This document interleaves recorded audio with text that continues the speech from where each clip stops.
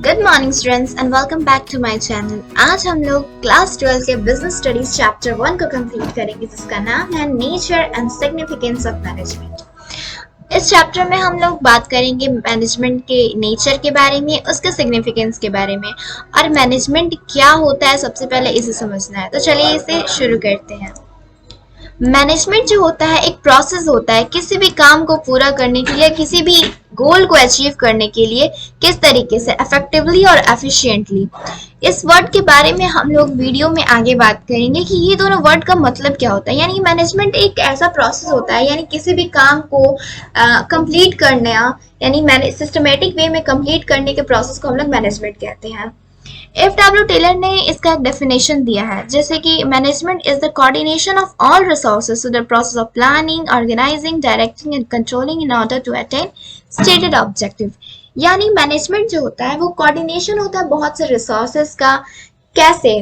Planning के through, organising के through, directing और कंट्रोलिंग के थ्रू।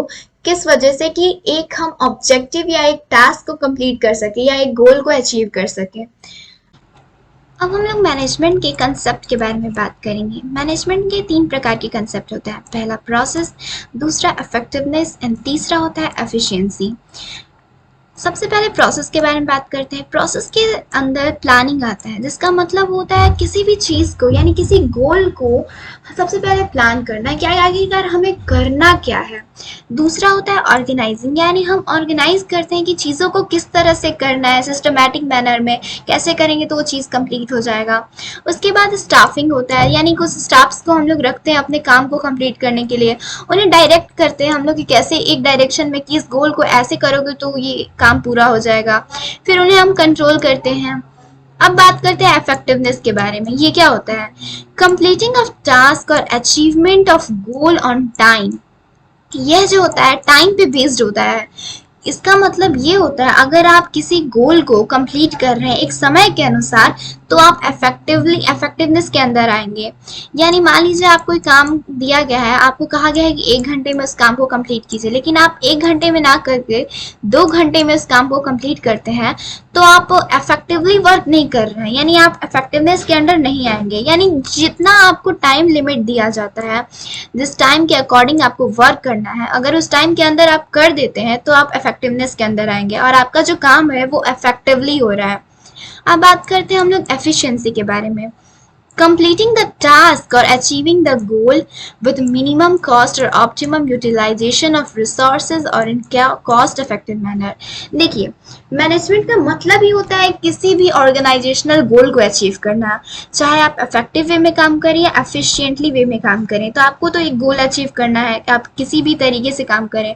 तो एफिशिएंसी में भी एक टास्क को कंप्लीट करना और एक गोल को अचीव करना होगा, कम से कम लागत में, और रिसोर्सेज का जो होगा वो हम लोग ऑप्टिमम यूटिलाइजेशन करें, यानी बिना ज़्यादा वेस्टेज ना करें, कम से कम उसका वेस्टेज करें। ये कॉस्ट इफेक्टिव मैनर से डील करता है, ये टाइम से और ये कॉस्ट से डील करता है। अगर आपने कॉस्ट कम से कम लागत लगाया और उस काम को कंप्लीट कर दिया, तो आप एफिशिएंटली वर्क कर रहे हैं और आप एफिशिएंसी के अंडर आएंगे। चलिए अब हम लोग कुछ क्वेश्चंस को देखते हैं। सबसे पहला क्वेश्चन है, Rohini prepared a well documented and factual report on CEO's performance, but she could not present it in board meeting and she could not complete it on time। यानी जो रोहिणी है उसे कहा गया था कि आप well documented factual report CEO's performance के लिए क्रिएट कीजिए, लेकिन उसने जब बोर्ड मीटिंग जब हेल्ड हुआ तो उसने टाइम पर जो अपना काम कंप्लीट किया था उसे शो नहीं किया। तो ये जो हुआ, ये इफेक्टिव हुआ या एफिशिएंट हुआ? यह जो हुआ एफिशिएंट वर्क हुआ। रोहिणी ने जो काम किया वो एफिशिएंट में किया, क्योंकि उसने टाइम के अकॉर्डिंग नहीं किया काम, तो वो इफेक्टिव के अंदर नहीं आएगी, लेकिन वो एफिशिएंट के अंदर आएगी क्योंकि उसने अपना काम कंप्लीट कर लिया है। एंड सेकंड है हमारा, best roadways promise to deliver goods in time and charged extra money from Mr. Singh, but the goods were not delivered on time। यानी जो बेस्ट रोडवेज है वो पब्लिक को प्रॉमिस करती है कि हम आपके गुड्स को टाइम पे डिलीवर कर देंगे, और मिस्टर मोहन सिंह जो व्यक्ति है उन्होंने शायद गुड्स मंगाया है, तो उनसे वो एक्स्ट्रा चार्ज भी लेती है, यानी एक्स्ट्रा पैसा डिलीवरी का लेती है, डिलीवरी चार्जेस। लेकिन जो गुड्स उन्होंने मंगाया है वो उनके गुड्स जो है वो टाइम पे डिलीवर नहीं हुए, यानी जब उन्हें चाहिए थे तब वो गुड्स नहीं आ पाए उनके टाइम के अकॉर्डिंग। तो ये जो काम हुआ ये एफिशिएंट हुआ, यानी आपने गुड्स तो पहुंचाया लेकिन टाइम के अकॉर्डिंग नहीं पहुंचाया, इसलिए आप इफेक्टिव के अंदर नहीं आएंगे, आप एफिशिएंट के अंदर आएंगे। अब हम लोग बात करते हैं मैनेजमेंट के कैरेक्टरिस्टिक्स के बारे में। मैनेजमेंट के क्या क्या कैरेक्टरिस्टिक होते हैं। सबसे पहला तो होता है मैनेजमेंट जो होता है वो गोल ओरिएंटेड प्रोसेस होता है, यानी हम जानते हैं कि मैनेजमेंट जो होता है हम लोग प्रिपेयर करते हैं किसी गोल को अचीव करने के लिए, किसी गोल को एकदम किसी टास्क या किसी जॉब को पूरा करने के लिए। सो इसलिए मैनेजमेंट जो होता है वो गोल ओरिएंटेड प्रोसेस होता है। दूसरा है मैनेजमेंट जो होता है वो परवेसिव होता है। परवेसिव का मतलब होता है यूनिवर्सल, जो हर जगह प्रेजेंट हो। मैनेजमेंट देख लीजिए, अगर आप स्कूल में हैं तो स्कूल की भी जो मैनेजमेंट है उसी के अनुसार सिस्टमेटिक वे में वर्क हो रहा है। अगर आप हॉस्पिटल में जाते हैं या किसी भी ऑर्गेनाइजेशन में या किसी कंपनी में जाते हैं तो वो लोग भी एक मैनेजमेंट को फॉलो करते हैं। अब आप एग्जाम्पल ले लीजिए स्टूडेंट्स, अगर आप स्टडी करते हैं तो आपने भी एक टाइम टेबल या एक शेड्यूल को प्रिपेयर किया होगा कि हम इस टाइम पर ये स्टडी करेंगे, तो आपने भी कुछ मैनेजमेंट किए होंगे, किसी भी काम को मैनेज किया होगा। तो इसलिए जो मैनेजमेंट जो होता है वो यूनिवर्सल होता है, ये हर जगह प्रेजेंट होता है। थर्ड, मैनेजमेंट जो होता है वो मल्टी डायमेंशनल होता है, यानी बहुत से जैसे कि मैनेजमेंट जो होता है वो मल्टीपल फैक्ट पे बेस्ड होता है, जो कि इसके 3 मेन एक्टिविटीज होते हैं। जैसे कि पहला जो होता है management of work, people and operations. Fourth है मैनेजमेंट जो होता है वो कंटिन्यूअस प्रोसेस होता है, यानी ये चलते ही रहता है, चलते रहता है। मैनेजमेंट जो है वो कभी रुकता नहीं है, यानी ये नेवर एंडिंग प्रोसेस है, ये हमेशा चलते रहेगा। एंड फिफ्थ है हमारा मैनेजमेंट जो होता है वो ग्रुप एक्टिविटी होता है।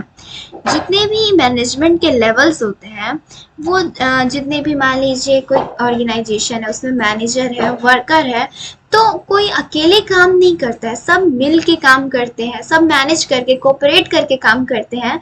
इसलिए मैनेजमेंट जो होता है वो ग्रुप एक्टिविटी होता है। किसी भी ऑर्गेनाइजेशनल गोल को अगर आपको अचीव करना है, आपने एक ऑर्गेनाइजेशन या कंपनी इस्टेब्लिश की है, तो आप अकेले तो उस कंपनी को आगे नहीं बढ़ाते, आपके वर्कर्स, आपके एम्प्लॉयज जो होते हैं वो आपकी हेल्प करते हैं, इसलिए वो ग्रुप में आप लोग काम करते हैं, इसलिए इसे ग्रुप एक्टिविटी भी कहा जाता है। एंड सिक्स्थ है हमारा मैनेजमेंट जो होता है वो डायनेमिक फंक्शन होता है। डायनेमिक का मतलब होता है टाइम के अकॉर्डिंग चेंज होना। तो मैनेजमेंट जो होता है वो आप चाहें तो अपने अपनी जितनी भी सिचुएशंस है या अपनी जो प्रेफरेंस है उसके अनुसार मैनेजमेंट को चेंज कर सकते हैं। सेवेंथ है इंटेंजिबल, यानी मैनेजमेंट जो होता है उसे हम लोग देख नहीं सकते हैं, सिर्फ फील कर सकते हैं। मैनेजमेंट को हम लोग छू नहीं सकते हैं, मैनेजमेंट सिर्फ फील किया जा सकता है कि हाँ मैंने मैनेजमेंट मैनेज किया है, मैंने मैनेजमेंट को प्रिपेयर किया है। अब बात करते हैं हम लोग मैनेजमेंट के ऑब्जेक्टिव के बारे में। मैनेजमेंट के 3 ऑब्जेक्टिव होते हैं। पहला तो ऑर्गेनाइजेशनल ऑब्जेक्टिव, दूसरा होता है सोशल ऑब्जेक्टिव और तीसरा होता है पर्सनल ऑब्जेक्टिव। सबसे पहले हम लोग बात करते हैं ऑर्गेनाइजेशनल ऑब्जेक्टिव क्या होता है। ऑर्गेनाइजेशनल ऑब्जेक्टिव, इसमें एक वर्ड आया है ऑर्गेनाइजेशन, यानी ये जो होता है ऑर्गेनाइजेशन के जितने भी प्रोसेस होते हैं, ऑर्गेनाइजेशन के सर्वाइवल से उसके प्रॉफिट और उसके ग्रोथ तक लेके, इसमें हम सिर्फ ऑर्गेनाइजेशनल के गोल के बारे में सिर्फ बात करते हैं। जिसमें सबसे पहला सर्वाइवल, यानी सर्वाइवल का मतलब होता है कि मैनेजमेंट जो है वो मार्केट में बहुत, मान लीजिए आपने कपड़े की दुकान खोली है, ठीक है, अब मार्केट में बहुत से कपड़े की दुकान है, तो जो कस्टमर्स हैं तो आपके कपड़े की दुकान पे कैसे आएंगे? अगर आप गुड क्वालिटी, बहुत अच्छे क्वालिटी के जो गुड्स मैन्युफैक्चर कर रहे हैं, बहुत अच्छे दामों पे अगर आप बेच रहे हैं, आपने रिबेट दिया हुआ है, तो जो कस्टमर्स है आपके ऑर्गेनाइजेशन के तरफ यानी आपकी कपड़े की दुकान की तरफ अट्रैक्ट होंगे। तो आपकी जो मार्केट में कंपटीशन है उससे आप आगे बढ़ेंगे, आपकी जो बिजनेस है उसमें सर्वाइवल आएगा और जिसके कारण आपकी बिजनेस में ग्रोथ भी आएगा। और अगर बिजनेस में ग्रोथ आया तो आप अलग अलग स्टेट या अलग अलग कंट्री में अपनी जितनी भी ये जो कपड़े की दुकान है उससे आप इस्टेब्लिश कर सकते हैं। अगर आपने बहुत अलग अलग जगह में इस्टेब्लिश किया तो आपकी तो प्रॉफिट रेट भी तो आएगी। ऐसे ही आप रिबेट नहीं देंगे कि हाँ मैंने मान लीजिए 50 रुपये का सामान खरीदा और 50 रुपये में हमारी लागत हुई 100 रुपये की सामान, यानी पूरी का सामान को बनाने में 100 रुपया लगा, तो आपने जो पूरी 150 रुपये की खर्च किया तो उसी के बेसिस पे आप नहीं बेच सकते हैं। आप कुछ वैट या कुछ भी टैक्स लगाकर उसमें बढ़ाकर आप उस गुड्स को बेचते हैं, जिसके कारण आपको प्रॉफिट होता है। एंड दूसरा है हमारा सोशल ऑब्जेक्टिव, यानी ये जो होता है हम सोसाइटी को देख के चलते हैं। सोसाइटी में जो लोग होते हैं, आजकल बहुत सारे ट्रेंड्स चल रहे हैं। पहले नॉर्मल कपड़े आते थे, अब हम लोग वेस्टर्न ड्रेसेस की तरफ अट्रैक्ट हो रहे हैं। तो जैसे जैसे सोसाइटी में चेंजेस आती हैं वैसे वैसे हमारे जो ऑर्गेनाइजेशन है उसमें भी चेंजमेंट लाना ज़रूरी है। सोसाइटी की जितनी भी नीड्स है उनको देखते हुए सोसाइटी में लोग क्या चाहते हैं कि हमें एम्प्लॉयमेंट अपॉर्चुनिटीज़ मिले। अगर आपने इंडस्ट्री सेटअप किया है तो एम्प्लॉयमेंट की बहुत से रास्ते खुल जाते हैं, बहुत से लोगों को रोज़गार मिलने लगेगा। दूसरा होता है टू सेव इन्वायरमेंट। अब आप बहुत सी केमिकल की फैक्ट्री होती है, मान लीजिए केमिकल की फैक्ट्री खुली और वो बहुत मतलब कि एक सोसाइटी के जस्ट बगल में खुली हुई है, बहुत ज़्यादा दूरी पर नहीं है, पास में, और उससे हार्मफुल गैसेस रिलीज हो रहे हैं जो हमारे इन्वायरमेंट को पॉल्यूट कर रहे हैं और बहुत सारे डिजीजेस भी कॉज हो रहे हैं उसके कारण। तो इसीलिए जो हमें जो है सोसाइटी को देखते हुए, हमारे इन्वायरमेंट को देखते हुए ये सारी काम को करना चाहिए कि कहाँ पर ये जो इंडस्ट्री है वो सेटअप करें कि वो सूटेबल हो उस चीज़ के लिए। थर्ड होता है to contribute in improving living standard, यानी हमारी जो लिविंग स्टैंडर्ड है उसमें भी बहुत ज़्यादा क्या कहते हैं इम्प्रूवमेंट आती है। यानी कि जैसे अभी हमने कहा कि हम लोग पहले नॉर्मल ड्रेसेस पहनते थे, हमारे जो कल्चर ट्रेडिशनल ड्रेसेस होते थे उन्हें हम लोग वेयर करते थे, लेकिन अब हम लोग धीरे धीरे आगे बढ़ रहे हैं, इम्प्रूवमेंट आ रहा है, हम लोग जाने कि वेस्टर्न ड्रेसेस भी इस प्रकार के होते हैं, इस टाइप के ड्रेसेस भी होती है, तो फिर हमने उन्हें अडॉप्ट करने लगे। एंड थर्ड होता है हमारा पर्सनल ऑब्जेक्टिव। पर्सनल ऑब्जेक्टिव जो होता है एक ऑर्गेनाइजेशन का पर्सनल, यानी एक इंटरनल होता है और एक्सटर्नल होता है। एक्सटर्नल लोग क्या होते हैं, एक्सटर्नल कस्टमर्स ये सारे होते हैं, लेकिन ऑर्गेनाइजेशन के इंटरनल पीपल क्या होते हैं, इंटरनल पीपल में हमारे एम्प्लॉयज़, वर्कर्स, मैनेजर्स, सुपरवाइजर्स, ये सारे ऑर्गेनाइजेशन के इंटरनल्स हैं। तो ये जो होते हैं उनके पर्सनल ऑब्जेक्टिव को हम लोग अचीव करने के लिए उनको ध्यान में रखते हुए हम लोग अपने एम्प्लॉयज़ की फाइनेंशियल नीड्स को पूरा करते हैं, उनके सोशल नीड्स को पूरा करते हैं, और उनके जितनी भी हायर लेवल नीड्स है, मान लीजिए उनके बच्चे को स्टडी करना है तो उसके स्टडी के लिए हम लोग कुछ पैसे या कुछ बोनस या कमीशन हम लोग अपने एम्प्लॉय को देते हैं। एंड नेक्स्ट है हमारा टॉपिक है इम्पॉर्टेंस ऑफ मैनेजमेंट, यानी मैनेजमेंट के क्या क्या इम्पोर्टेंस है, आखिरकार मैनेजमेंट करना क्यों ज़रूरी है।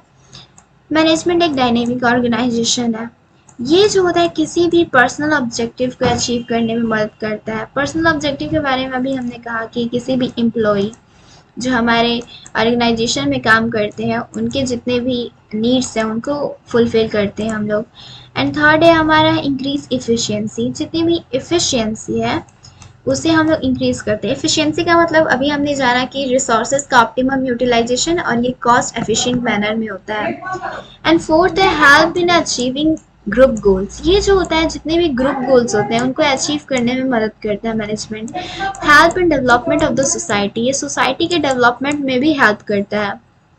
सोसाइटी की डेवलपमेंट कैसे हेल्प करेगा, जैसे कि आपने कपड़े की दुकान खोला था तो आपने बहुत अच्छी अच्छी क्वालिटी के गुड्स को प्रोड्यूस किया, जिसके कारण सोसाइटी में भी डेवलपमेंट होगा। आपने जो कंपटीटर्स हैं आपके, वो आपसे भी अच्छा गुड्स प्रोड्यूस करेंगे, जिसके कारण और भी ज़्यादा अच्छे हमारे जो प्रोडक्ट है वो हमारी कंट्री के बाहर भी बेचे जाएंगे, सेल होंगे, तो जिसके कारण हमारी जितनी भी सोसाइटी है वो डेवलप्ड होगी।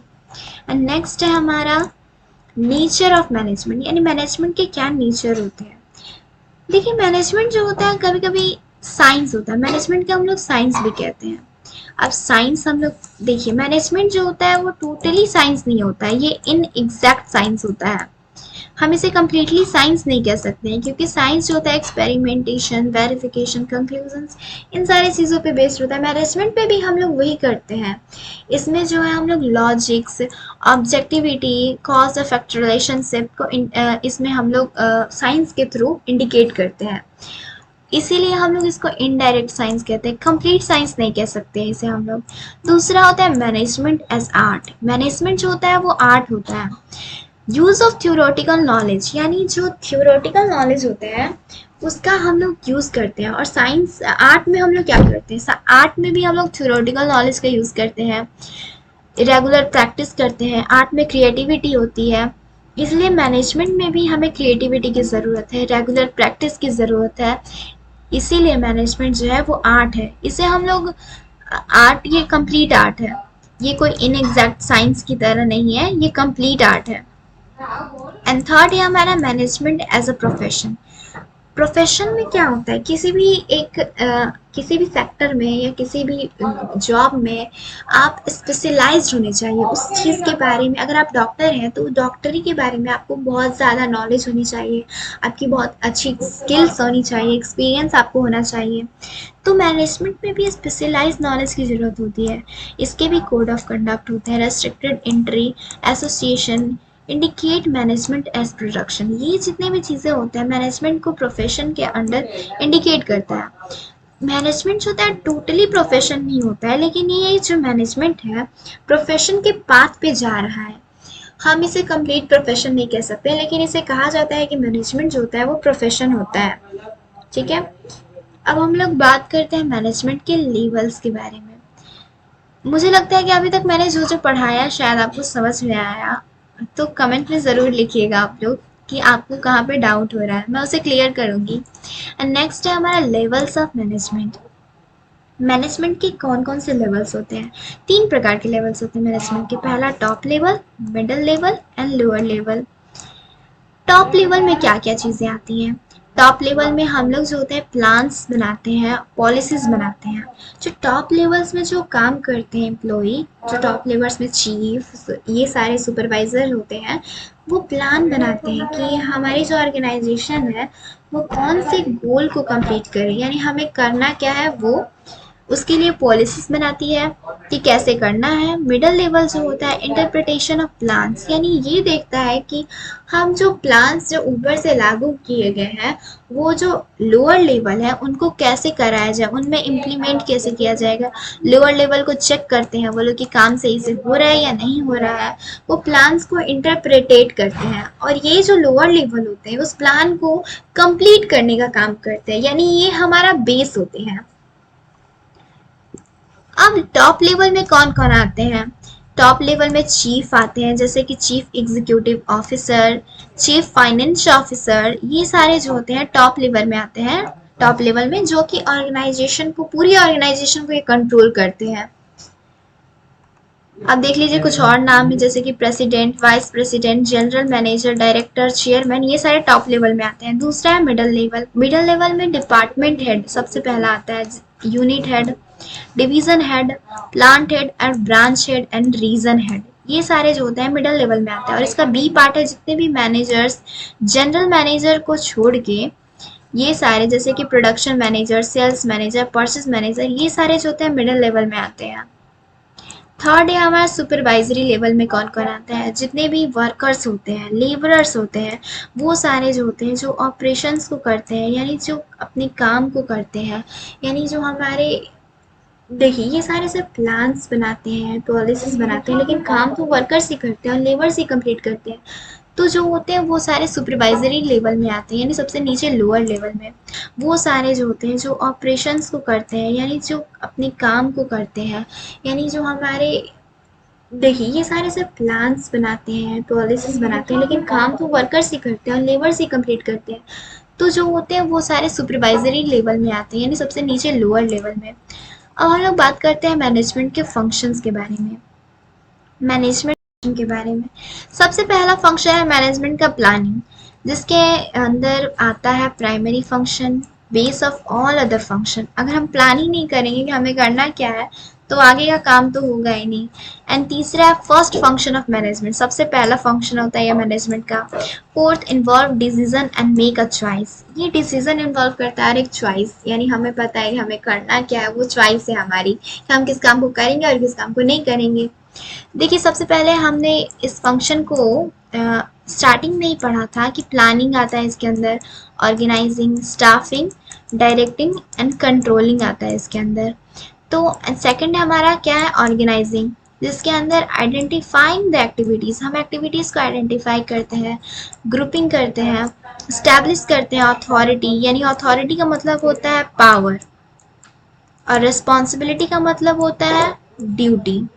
जो है, मान लीजिए कोई वर्कर है या कोई मैनेजर है, उसे हम सिर्फ काम दे दिए, सिर्फ आपको काम करना है, उसे कोई पावर ही नहीं दिया गया, तो उसका भी काम करने में मन नहीं लगेगा। तो इसीलिए हम जो होते हैं ऑर्गेनाइज करते हैं, किसे पावर देना चाहिए, किसे ड्यूटी देना चाहिए और किसे नहीं देना चाहिए। फोर्थ है हमारा क्रिएटिंग वेरियस डिपार्टमेंट्स, अलग अलग डिपार्टमेंट्स क्रिएट करते हैं अपने खुद के काम को अच्छे से कंप्लीट करने के लिए। अब एक आदमी पे बहुत से लोगों का बर्डन नहीं आ सकता है, इसलिए हम लोग छोटे छोटे डिपार्टमेंट्स को क्रिएट करते हैं कि हमें जो है वो बहुत अच्छे से उस काम को कंप्लीट कर पाए। एंड फिफ्थ है हमारा असाइन ड्यूटीज़, सिक्स्थ है हमारा creating a structure, and seventh है हमारा creating a framework for managerial and operational activities, एक फ्रेम बनाते हैं हम लोग मैनेजरियल और ऑपरेशनल एक्टिविटीज़ को लेकर।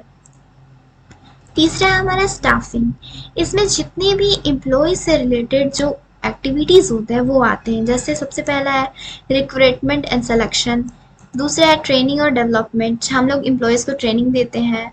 सबसे पहले तो उन्हें स्टार्टिंग से ही तो कोई काम नहीं आ सकते, हमें उन्हें बताना पड़ता है कि आपको कैसे कोई काम करना है, तो उन्हें ट्रेनिंग देते हैं। थर्ड है stimulation numbers and type of employees an organisation will need in future, हम एम्प्लॉयज़ के नंबर्स को भी मतलब कि एवरेज नंबर हमें एम्प्लॉयज़ चाहिए होते हैं ऑर्गेनाइजेशन में, क्योंकि बाकी सारे काम तो मशीन्स कर देते हैं। एंड फोर्थ है हमारा डायरेक्टिंग, डायरेक्टिंग जो होता है उसमें इंस्ट्रक्शन या ऑर्डर देते हैं हम लोग एम्प्लॉयज़ को। सबसे पहला मोटिवेटिंग एम्प्लॉयज़, सिर्फ हम उन्हें डांटे धमका के काम करवाएंगे, ऐसे करेंगे कि अगर आप ये काम नहीं किए तो आपकी सैलरी कट जाएगी। सबसे पहले हम उन्हें मोटिवेट करेंगे कि देखिए अगर आप अच्छे से काम करते हैं तो हमारा बिजनेस आगे बढ़ेगा, क्योंकि आप ही हमारे बेस हैं, तो उन्हें हम मोटिवेट करते हैं। दूसरा होता है ऑब्जर्व करते हैं, उन्हें गाइड करते हैं, उनकी हेल्प करते हैं। एंड थर्ड है हमारा उनसे बात करते हैं कि उन्हें कैसे काम करना पसंद है, किस तरीके से वो काम करना बहुत अच्छे से, यानी वो किस किस चीज़ में स्किल्ड है, उस चीज़ को देखते हैं कि उनको जो है उसी स्किल के बेसिस पे उनको वो वर्क दिया जाए। फोर्थ है हमारा heading employees towards the achievement of goal, और जितने भी एम्प्लॉयज़ हैं, कोई भी स्किल हो, कोई भी काम कर रहे होंगे लेकिन ऑर्गेनाइजेशन के अंदर कर रहे हैं, तो वो ऑर्गेनाइजेशनल गोल को अचीव करें, उनके तरफ ज़्यादातर फोकस करें। एंड नेक्स्ट है हमारा फिफ्थ कंट्रोलिंग, कंट्रोलिंग में सबसे पहला आता है ensure word accomplishment as per plan, plan के अकॉर्डिंग। दूसरा है comparison between plan and actual performance, जितने भी प्लान होते हैं और एक्चुअल परफॉर्मेंस, हमें प्लान तो बनाया है लेकिन काम प्लान के अकॉर्डिंग नहीं हो रहा है, तो उसके बीच में कंपैरिजन करते हैं कि क्या क्या प्रॉब्लम्स आ रहे हैं, उसे देखना पड़ता है कि हाँ ये प्रॉब्लम आ रहा है तो इसमें हमें सुधार करना पड़ेगा। एंड थर्ड है हमारा एनी डिविएशन फ्रॉम एक्सपेक्टेशन और standard is due to lack of controlling. अगर मान लीजिए आपने काम दे दिया वर्कर्स को, आपने बस बोला है कि आपने चेक कर लिया कि हाँ ठीक से काम कर रहे हैं, लेकिन वर्कर्स जो है वो अच्छे से काम नहीं कर रहे हैं, वो सिर्फ आ रहे हैं टाइम पास कर रहे हैं, तो आपको उन्हें कंट्रोल करना होगा कि वो जितने भी काम है, मेरी जितनी एक्सपेक्टेशन है उनसे, उनको तब तक अचीव करे वो। एंड लास्ट है finding out deficiency and implementation of plan, यानी जितनी भी डेफिशिएंसीज है, जितने भी प्रॉब्लम्स है, उनको खोजना और उसके बाद उनमें जितनी भी सुधार करनी है वो सब करते हैं हम लोग। नेक्स्ट है हमारा कोऑर्डिनेशन, ये टॉपिक है यानी किसी भी चीज़ को कोऑर्डिनेट करना। इसका मतलब होता है integrating and bringing together different activities of an our of an enterprise, यानी जितनी भी कोई भी एक्टिविटीज़ हो, बहुत सारी अलग अलग एक्टिविटीज़ को एक साथ कोऑर्डिनेट करके चलना। अगर आप प्लान कर रहे हैं, ऑर्गेनाइज कर रहे हैं, स्टाफ कर रहे हैं, स्टाफिंग कर रहे हैं, डायरेक्टिंग और कंट्रोलिंग, इन सबको कोऑर्डिनेट करता है कोऑर्डिनेशन। एंड नेक्स्ट टॉपिक है हमारा coordination the essence of management. ये एक टॉपिक है।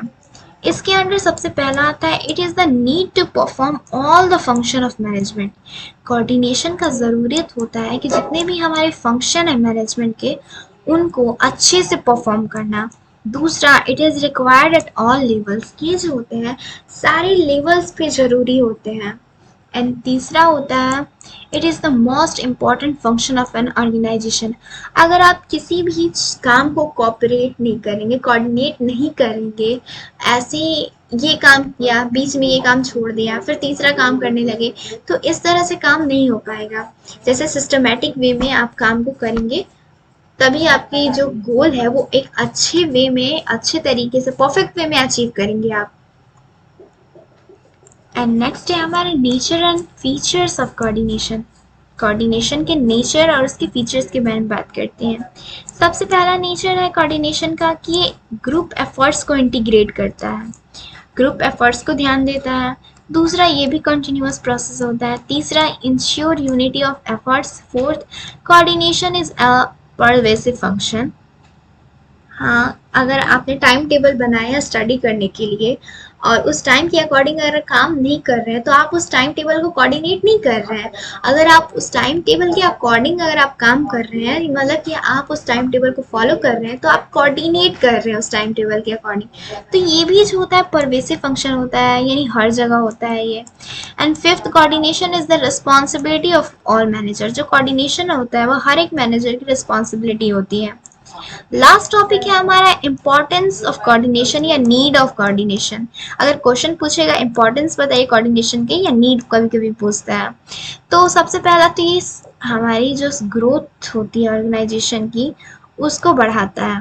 दूसरा, फंक्शनल डिफरेंशिएशन को ये अच्छे से कंप्लीट करता है, यानी दूर करता है जितने भी फंक्शनल डिफरेंशिएशन में प्रॉब्लम है, यानी जितने भी मान लीजिए फंक्शंस हैं हमारे, उनमें जितने भी प्रॉब्लम्स है उनको निकाल कर उनमें सुधार करता है, इम्प्लीमेंट करता है।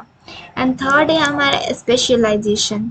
ये ज़्यादातर स्पेशलाइजेशन जो वर्कर या एम्प्लॉय स्पेशलाइज्ड है किसी भी स्किल में, उन पे ज़्यादा ध्यान देता है, कोऑर्डिनेट करता है उनके साथ। तो आज के लिए बस इतना ही। Thank you so much. ये जो हमारा चैप्टर 1 है बिजनेस स्टडीज़ का, कंप्लीट हो गया। अब हम लोग नेक्स्ट वीडियो में हमारे बिजनेस स्टडीज़ के चैप्टर 2, जिसका नाम है प्रिंसिपल्स ऑफ मैनेजमेंट, उसे कंप्लीट करेंगे। Bye. I hope you enjoy this video, so like, share and subscribe. उनके सबसे